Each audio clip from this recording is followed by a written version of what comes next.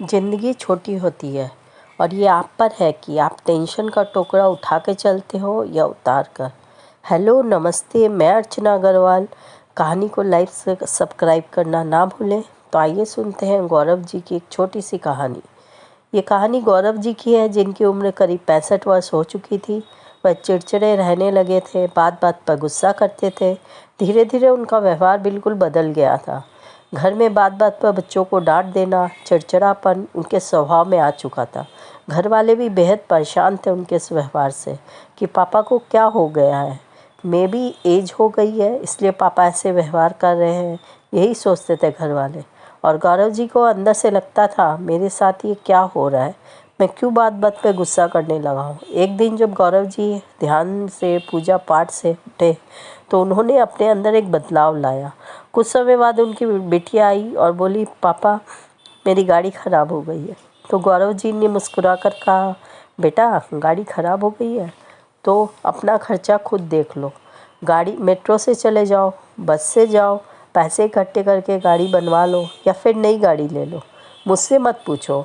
कुछ समय बाद उनका बेटा आकर बोला, पापा टेस्ट में फ़ेल हो गया, आगे मैं कोशिश करूँगा। उन्होंने कहा, बेटा जैसा पढ़ना चाहते हो पढ़ो, तुम्हें पता है कैसे पास होना है।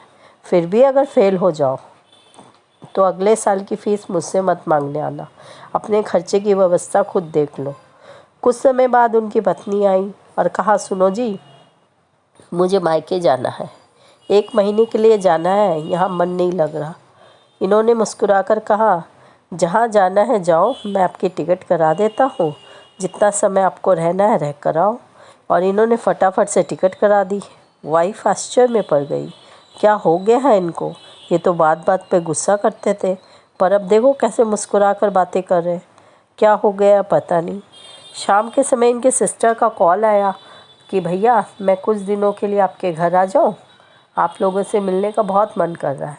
गौरव जी तुरंत बोले, हाँ हाँ क्यों नहीं, आ जाओ, जितने दिन चाहे रहो। परिवार के सभी लोग हैरान परेशान कि इनको हो क्या गया है। कुछ दिनों तक इनका यही व्यवहार चलता रहा, जैसे इन्हें कोई फ़र्क ही नहीं पड़ता, जो हो रहा है होने दो। एक दिन सभी सदस्यों ने डिसाइड किया कि आज डिनर के बाद पापा से बात करते हैं, उन्हें हो क्या गया है। शाम को घर में लोग सब इकट्ठे हो गए, एक एक करके बोलने लगे। बेटी ने पापा से कहा, आपको हो क्या गया पापा, आप ऐसे बिहेव क्यों कर रहे हो, जैसे आपको कोई फ़र्क नहीं पड़ता।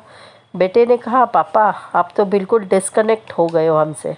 वाइफ ने कहा, आप तो मुझे मायके जाने से रोकते थे और कहते थे इतने दिन में आ जाना, अब कहते हो जितने दिन चाहो रहो, ये क्या हो गया आपको।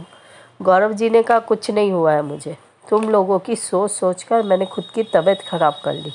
हर समय गुस्से में रहता हूँ, रात को 2-2 बजे तक मुझे नींद नहीं आती, बस तुम सबकी चिंता करते रहता हूँ। फिर एक दिन मैंने एक दवा ले ली जिसका नाम था अब मुझे कोई फ़र्क नहीं पड़ता, क्योंकि मुझे फ़र्क पड़ भी जाए तो होगा तो वही जो तुम्हारे कर्मों से, तुम्हारे व्यवहार से, तुम्हारी समझ से तुम करोगे। मैं क्यों गुस्सा करूं और क्यों परेशान हूँ, मैं क्यों व्यर्थ में टेंशन लूँ। तुम्हारा जीवन है, तुम्हें देखना है, मैं क्यों गुस्सा हूँ।